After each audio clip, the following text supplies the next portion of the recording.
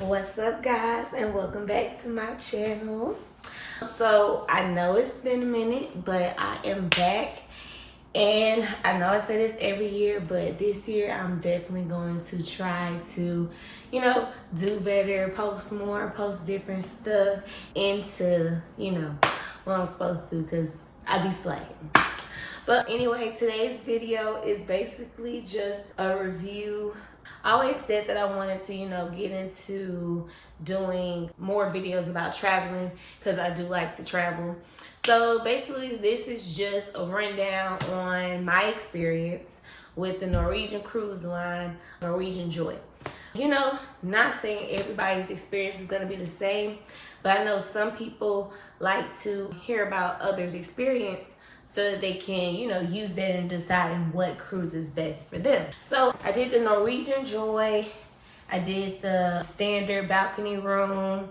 Good price, not too bad. It was a 2-day cruise. So it was from March 8th through the 10th, and we left out of the Miami port. So to kick off the whole experience, big thing a lot of people want to know is when going to the cruise port, if you're trying to park there, it's best to find like a shuttle company where you can park like a little bit away so it's not too crazy with the traffic, and then it also keeps your car secure, because parking at the actual port is crazy and expensive. So we Park Miami, used them before, great service, shuttle service is easy, whatever. So yeah, we Park Miami. This is our second time using them. Very good price. I think it was like $8 a day, and like I said, it wasn't like a super long cruise, so that wasn't too bad. So highly suggest parking off of the port but near the port. The best way is to find places to park. Guys, a lot of time traveling, Google is going to help you out. Now, you do want to read reviews, because it might be on Google, but it could be a scam, or they could have horrible service.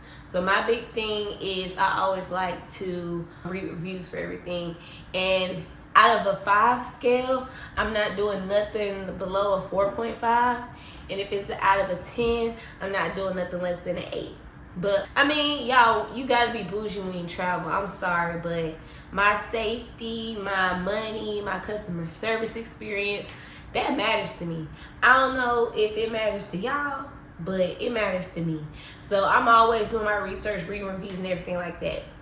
Okay, so boom. Parking shuttle is fine. It's very heavily trafficked. I've only ever left out of Miami, so I can't speak on how it compares to other ports, because I always leave out of Miami because it's usually the cheapest. I stay in Jacksonville, but if you've ever tried to cruise, or you do cruise from Jacksonville, it's usually a couple $100 more expensive, and I'm a cheap traveler. Hey, I'm a travel, I'm gonna still make sure it's nice, but I'm gonna save my money.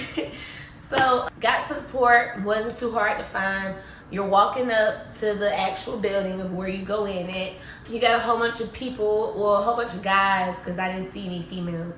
But you got a whole bunch of different guys in different areas collecting the baggage that you want checked and brought to your room.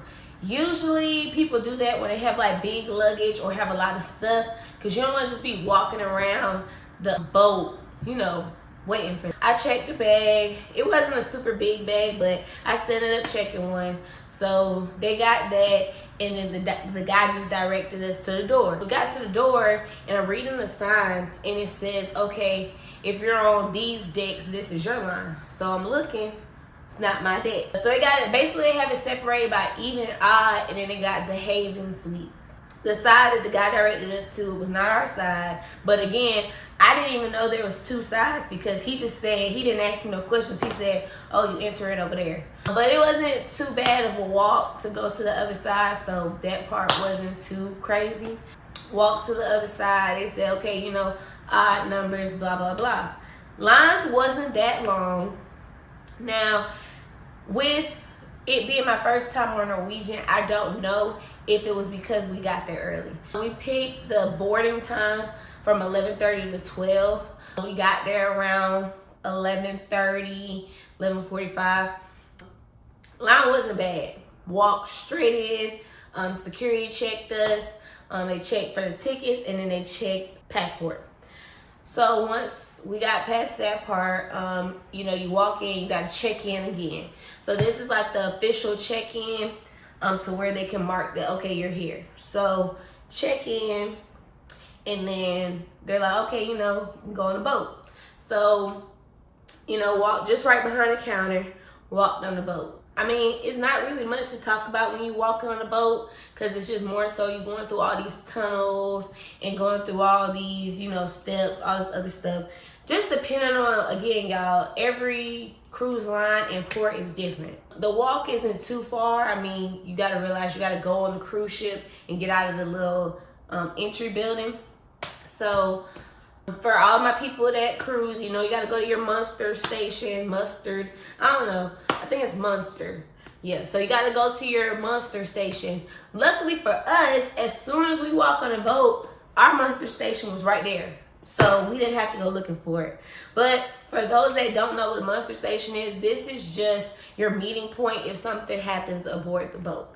So they have it to where it's so many people on a boat, a certain amount of people are assigned to each station, which is assigned to a safety boat if something was to happen. So this is just, they want you to just check in, know where it is in case of emergency, ask any questions you have, and then they run like through a little safety talk or whatever. Now, when I went on Carnival, they actually like talked to us about, you know, safety vests. They went over a few things with me. Norwegian, the man scanned our room key and sent us on our way. And I'm like, okay, you know, all right. Well, I mean, again, thank goodness nothing happened. If I was, and then he didn't ask if we were first time cruisers. Again, this was the first time on Norwegian. I'm kind of just like, you know, okay, whatever. But what if it was my first time and I don't know what this is, because you didn't even explain it to me. You didn't talk about nothing. You didn't really go over the safety things. Whatever. Cool. So he was like, you can enjoy the ship until your rooms are ready. So I'm like, okay, well, about what time do you think the rooms will be ready? Oh, they should be ready around 3. Okay. Ready around 3. Okay. Cool. It's 12 o'clock, y'all. It's 12 o'clock and 3 o'clock. Mind you, only one bag was checked. So the rest of everything that we was carrying was, you know, duffel bags, stuff like that. Which, not too bad, but we packed a lot of stuff in the duffel bag, so it was a little heavy. We're like, whatever, you know, let's go get some food, blah, blah, blah. So we went to the 24-hour eatery that they have. It was called The Local, I think.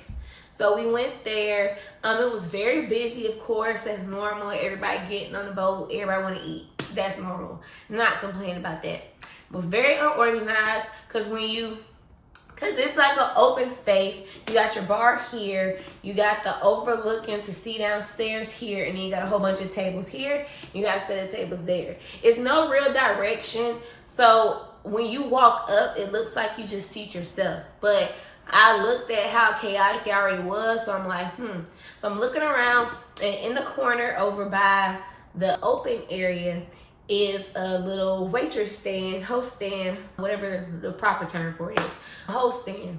So we go up to the host stand, they're like, oh, you know how many? We're like 2, cool. So she sat us down, and we were sitting there. We sat there for a good 15, 20 minutes. And nobody like stopped or said nothing, because again, it was chaotic, and all I see is waiters and waitresses just keep passing by. I'm like, okay, hey. So I had to flag somebody down, flag them down. They're like, okay, what can I get for you? Got water, got spinach dip, got some buffalo wings, and a burger. It was, so, you know, that was the first time eating. It wasn't bad at all. It was just not something I was used to. So yeah, it was pretty good. That was the first meal. I mean, it wasn't nothing like too crazy, like, oh my gosh, this is so good. The wings were one of those ones that's ran through the little oven real quick, so nothing too bad. But yeah, so I mean, again, it wasn't good and it wasn't bad, but it was, you know, something to put on my stomach. So at that point, after eating, waiting, and then the service the entire time on the boat was not good, because we asked for things and never got them, like plasticware and more water. Never got that. So it's kind of a I'm hungry, let's just eat type of thing. That was already the first, you know, bad taste in my mouth. I was already mad about the rooms, but that was like the first real bad taste in my mouth from them. At that point, it was pretty much just exploring and waiting on the rooms. There was really no real exploring that we wanted to do because we had bags. And like, who wants to walk around the entire ship? Like, it's 17, 8, no, actually, I think that one had 20 decks, if I'm not mistaken. The biggest pet peeve the whole trip was the elevators. Y'all, cruises are crowded, it's a lot going on, but when I tell you, them elevators was no joke. Mind you, I found out halfway through the cruise that it was 4,000 people on the boat. Here it is, here's my thing. You know how many people you can fit on the boat, you know how many sections, stations, whatever you need. Have enough people to accommodate your paying customers. Like, that is the main thing. If I'm paying my money, I work in customer service. I get it. You can't accommodate everybody and it's busy as heck. But for a cruise line, y'all do this. You should be way more prepared. Every single time I had to come in contact with a waitress or waiter, the wait was horrible, service was not good. And you know, that's the one thing I hate about having to pay gratuity on a cruise. Because my thing is, most of them, I've never had a server on a cruise go over and beyond, other than one time I was on Carnival, but that was one server out of the whole trip. So, not saying, oh, they're just the best with that kind of thing, but every experience I had with a server, waiter, staff member was horrible. Their customer service is not good. A lot of them don't speak English, like their English isn't their first language. But I feel like working on a cruise with, you know, different people and knowing that leaving out of like a Miami port, out of United States port in general, you're gonna mostly get English. So it was kind of a little frustrating when I was like asking questions, trying to find places, or, you know, ask for suggestions, and the staff members were kind of looking at me like, oh, I don't know what you're saying. And then it's like they're not communicating like, hey, like, I speak a little, or hey, I speak this fluently, or anything like that. On their name tag, this is their name and their nationality.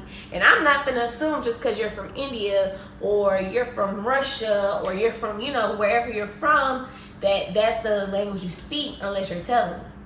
So that was like my biggest pet peeve on the trip, because it was just like, we have to pay gratuity, but they don't work for their gratuity. You get what I'm saying?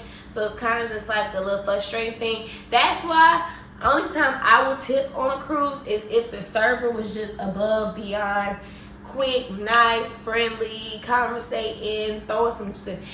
The suggestion parts, if they're sitting here recommending stuff I should do and don't do, that's not really gonna harm or hurt them. But you know what I'm saying? Like, you want I can't even say the word. I'm not even trying to say it.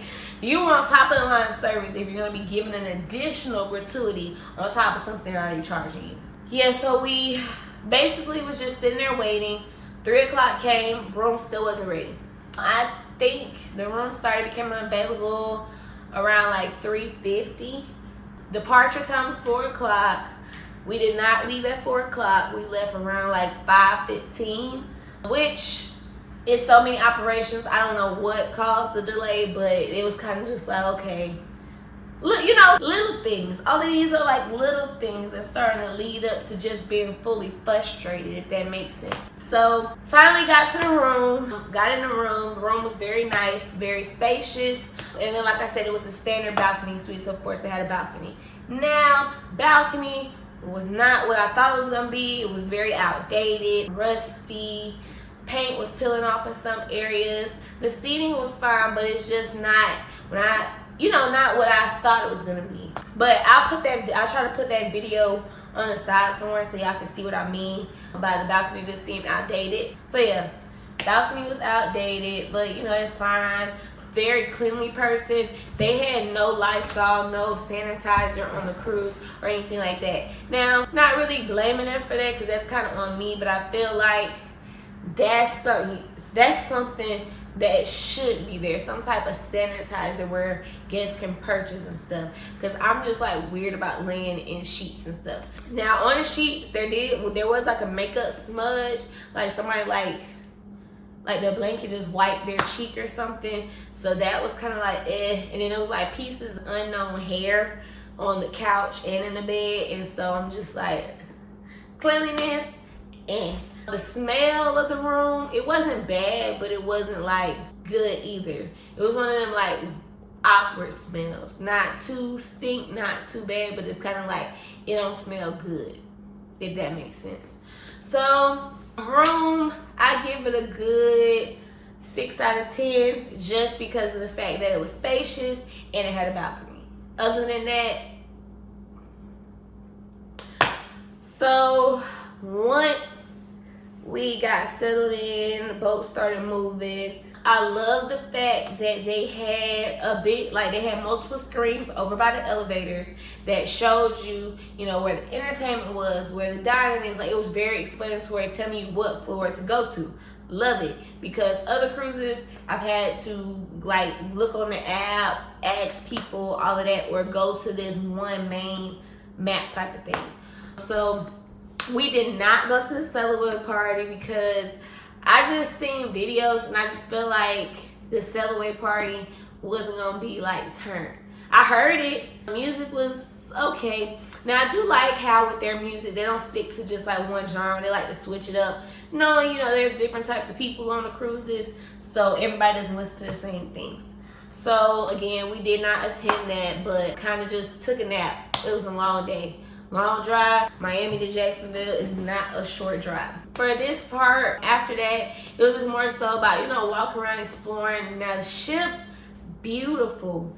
There's so many different things to look at, so many beautiful things.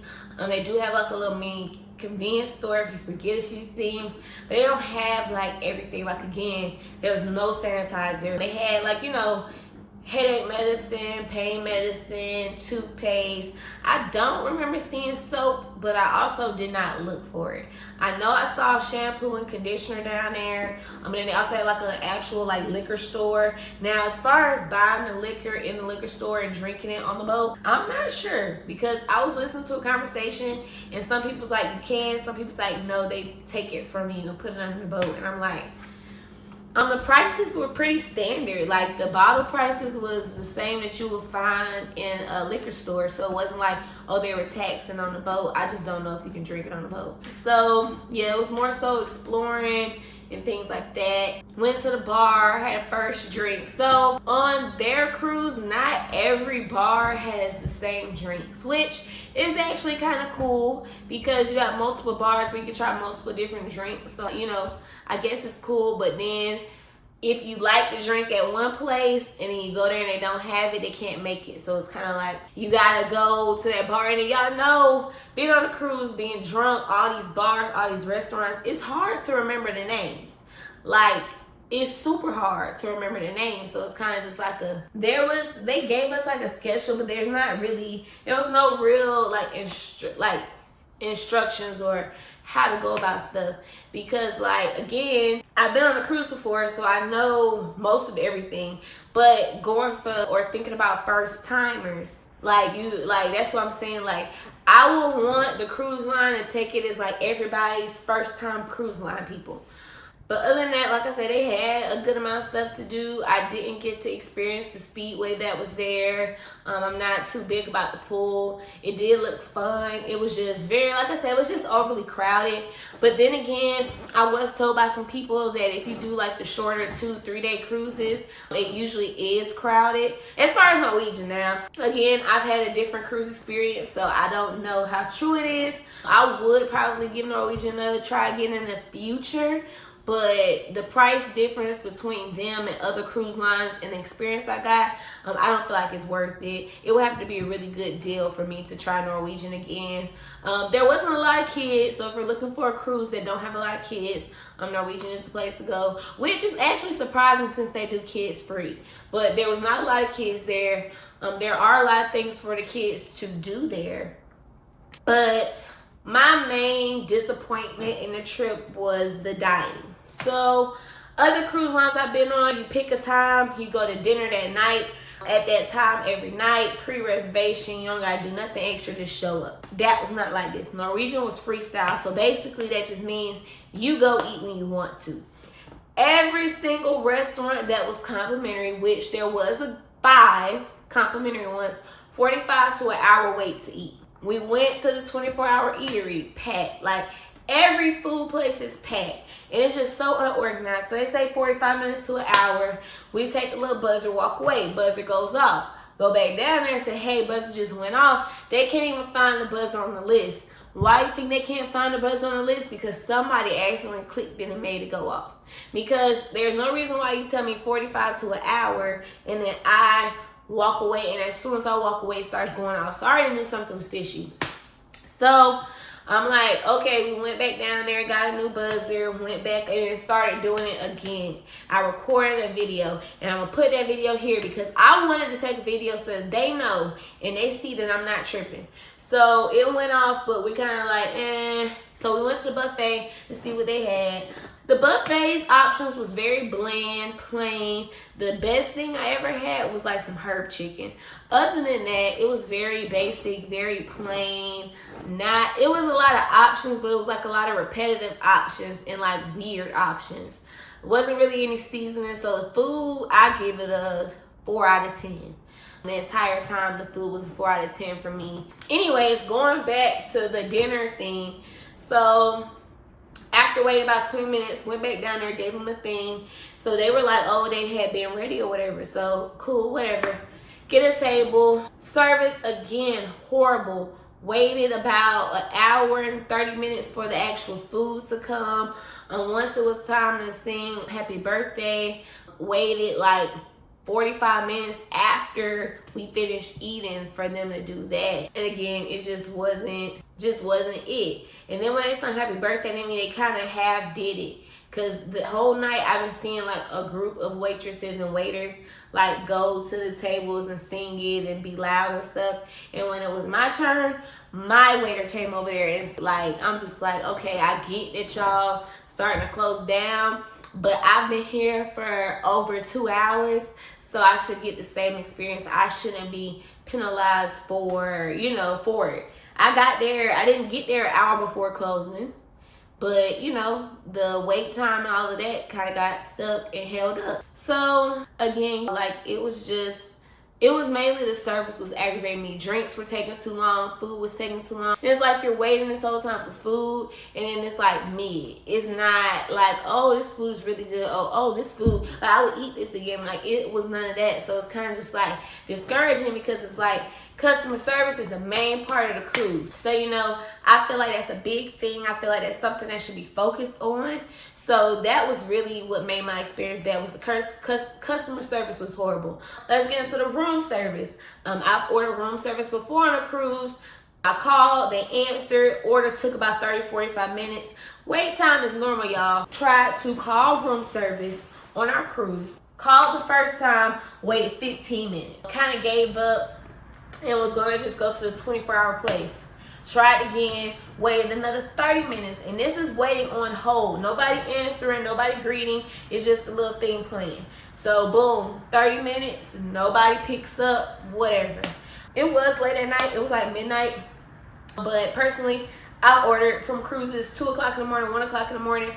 Never had this long of a wait. So once the wait was taking too long, we just went back up to the little 24-hour place that we went to earlier that night. Did that. That place, like I would say, was organized earlier that day. It was crazy. And I get it. It's late at night. Everybody want food. Everybody probably gonna try to call room service, not answering. Get it. So again, with the waiting time, like waiting to having I should never, if I go to somebody and I get seated, you know I'm here, I check in, you seat me at a certain table and block it off, there should be no reason why I have to chase down a server. Waited 30 minutes before I waved somebody down. Waited an hour, almost an hour and a half for food again. This time, y'all, it was just wings. Wings should never take that long. And then they're not frying them. Again, they're running them through the oven. So it shouldn't even take that long to begin with. And then we met these two people that were sitting by. They were kind of going through the same experience because they was about to just go order room service. And I told them, I said, y'all better off waiting down here. I said, we tried to do that and it didn't work out. So then they stayed down there, but they was waiting there before we even got down there and we got our order done first. So you know what I'm saying? You see how not good it is because we knew for a fact that they sat down first, but you took our order first and it was the same server. It's not like, oh, you got this server and we got, no, it was the same server. But again, like I told y'all, I had to wave them down and they was getting frustrated just like I was getting frustrated. But again, overall, customer service is not good. The port, it was basic. I mean, it's very big. The island was very big. We went to their private island, Great Stirrup Cay. So it was a very big island. They had a bar on there. Now, the map and everything else says they have 2 bars. But when I'm sitting here asking the people that's working on the island, and I'm like, okay, they said they had a Bacardi bar and they had an El Patron bar. And I'm asking everybody about the Patron bar. Everybody's like nobody knows what I'm talking about. So I'm like, okay, whatever. Again, it was just mostly beach. They had like an excursion tent, excursion stand. But other than that, it doesn't have like any authentic Caribbean food. Like it's the people that's on the boat coming off the boat to cook. Like there's no authentic restaurants. There's no like things to see. There's no like real gift shops where, you know, it's not like a normal island experience. It's like, you know, that it's the company's private island. The beach was beautiful though. There was enough space at the beaches because they had multiple beaches on there. They all look the same, but I get why they sprayed out because one, we get to the Great Stirrup Cay, there's 3 other Norwegian ships there. The fuck? You know what I'm saying? Like, dang. Like, you got all these people sharing one thing. They was having like a little beach party where they was playing like line dancing music and things like that. So, you know, it was interesting to watch. But other than that, the island was very boring. You couldn't like do any like ATV riding. The excursions was mainly like swimming with the pigs, not getting my hair wet, and then scuba diving and stuff like that. You know, not nothing non-water related, but like an ATV ride would have been cool or something. But again, the staff was just organized, not good customer service. Nobody really knew what they were talking about. I'm sitting here asking questions. I did happen to attend the glow party one night. It was actually pretty cool. They give you glow sticks, you out on the deck, they turn up, they're playing different types of music. It was good. Try going to the club. Club was a little small, but that's normal. Well, no, it's not normal because it depends on the cruise line again. But the club was very small. Their club didn't open up till midnight. Like, it was open from, it said midnight to close, so I don't really know what time it ended. But yeah, I didn't like that because that's pretty late. Like, I kind of want to start going and turning up around like 10, 11 o'clock. Like, midnight is crazy. But it was, the DJ was okay at first, then he started turning up. Then somebody dropped their cup. And then he's like, oh, glass on the dance floor was not glass. They just dropped the cup and spilled the drink. But at that point, when the person did that, they turned on the lights and didn't have no music playing. And it's kind of like, I get that y'all trying to accommodate the situation, but you got all these people in here, drunk, lit. Play some type of music. Like, I get that you got to turn the lights on, but like, play the music a little low or something. You know what I'm saying? After a while, like, it wasn't turned. Like, it was a good time and it was fun. But like, it was not Carnival, y'all. Like, I know a lot of people got stuff to say about Carnival, but partying wise, ain't nothing like a Carnival party. I'm sorry. But I want to try different cruise lines to different cruises. It's just, again, for me to try this cruise line again, it would have to be a really good rate, and I'll have to be going with other people. Maybe that'll change it up. So overall cruise, out of a 10, I'm going to give it a good 5. I do not recommend going on this cruise. At least not this cruise ship. Again, another cruise ship could be different, but the staff on this cruise, very not knowledgeable, not customer service oriented. So I do not recommend, especially for the price they're charging. But other than that, that's kind of like my quick response review video. If you guys have any questions, you can comment them and ask me. Happy to, give my answers, answer any questions or things like that. In my next video, guys, I will be helping you plan an affordable trip. A lot of people know I love to travel. I travel a lot, and I'm going to help y'all plan how to do a budget-friendly trip. I'm going to let you know all my secrets, my websites. I am a travel agent, so it's not like I'm going to give you my travel agent sites. I'm going to give you sites that if you want to book your own personal vacation, that you can do that at the, Mercy? No, it's not at the Mercy.